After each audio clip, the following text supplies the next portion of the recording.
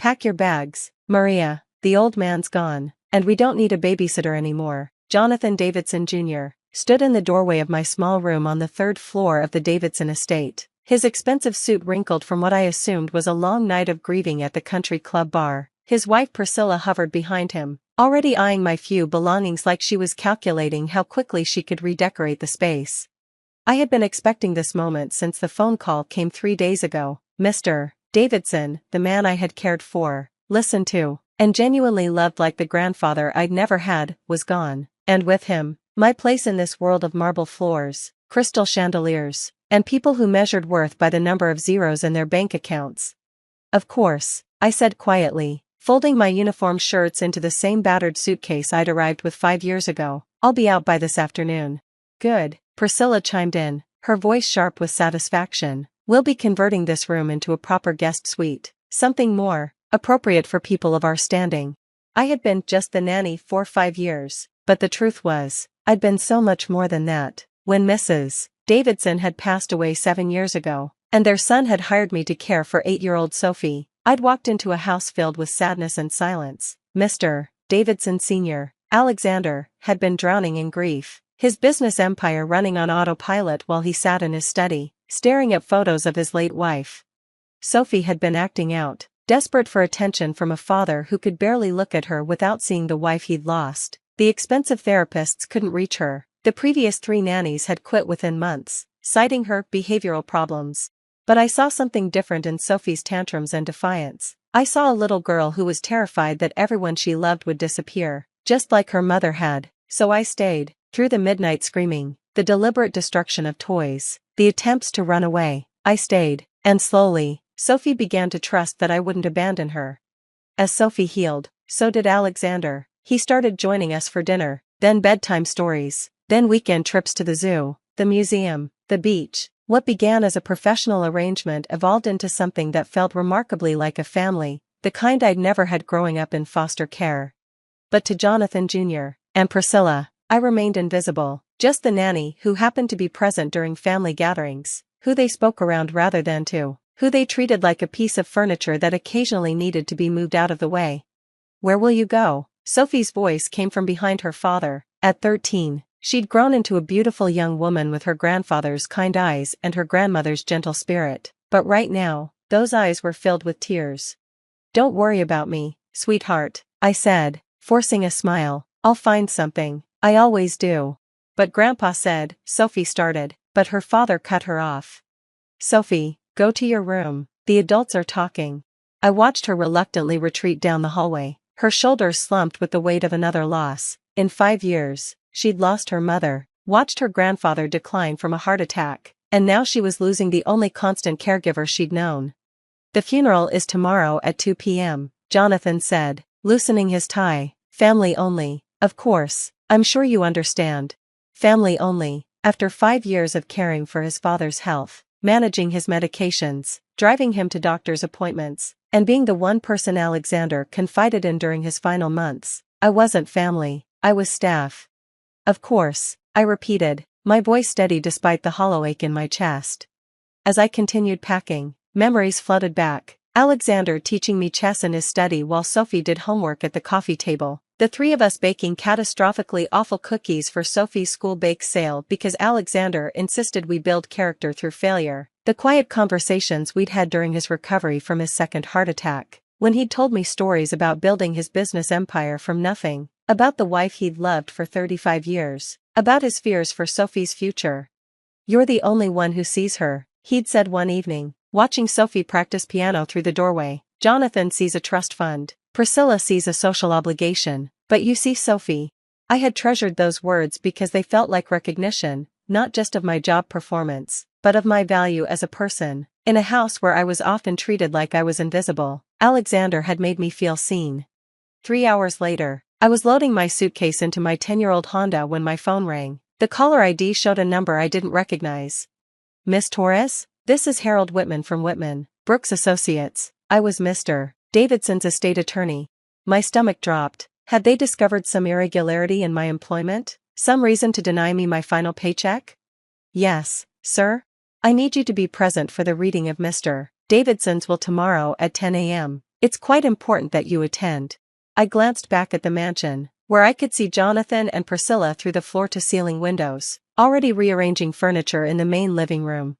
Mr. Whitman, I'm not family, I was just the Miss Torres. His voice was firm but kind. Mr. Davidson was very specific about your attendance being required. Please don't be late.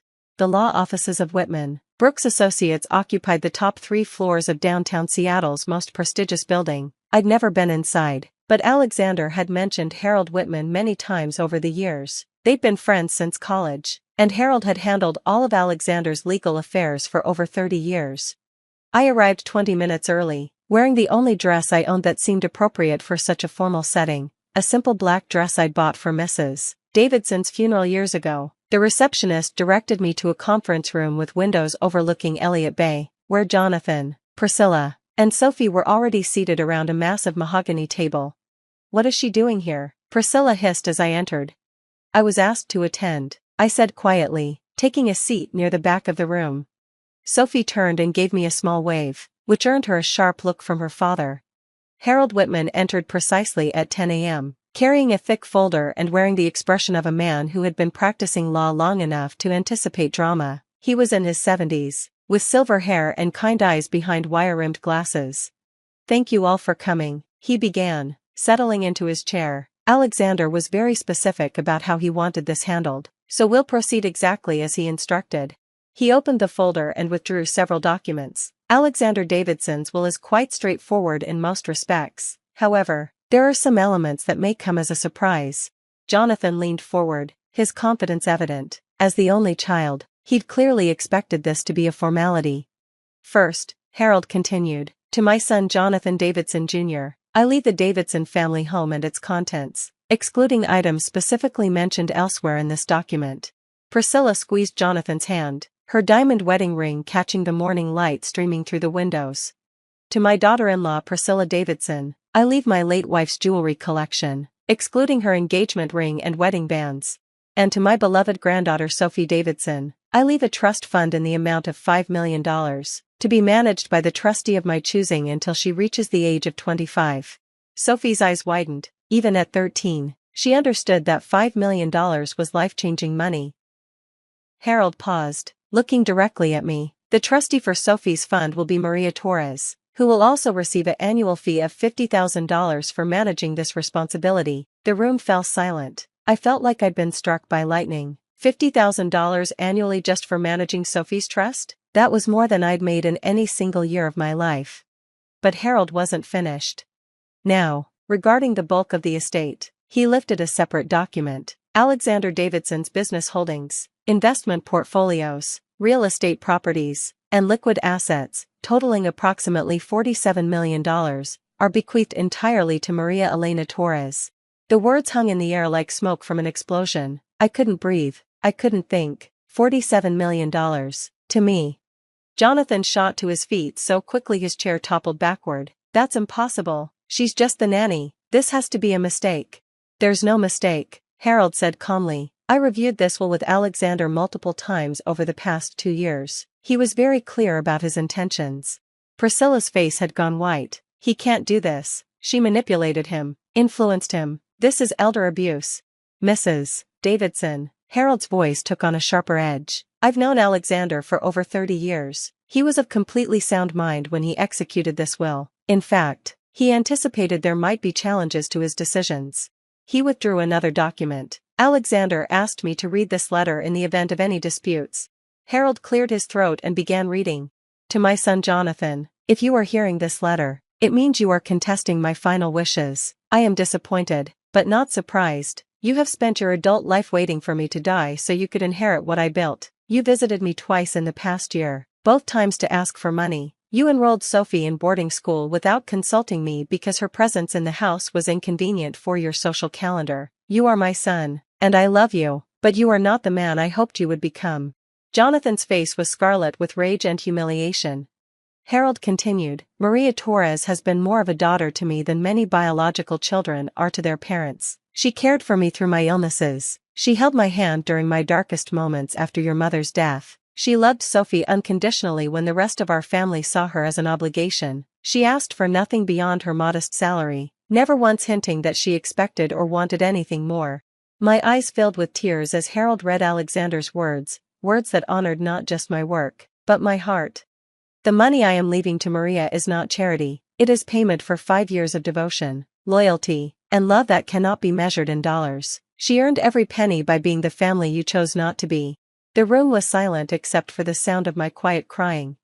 Harold set down the letter. There's more. Alexander also left specific instructions that if anyone contests this will, their inheritance will be donated to charity, the house, the jewelry, Sophie's trust fund, all of it.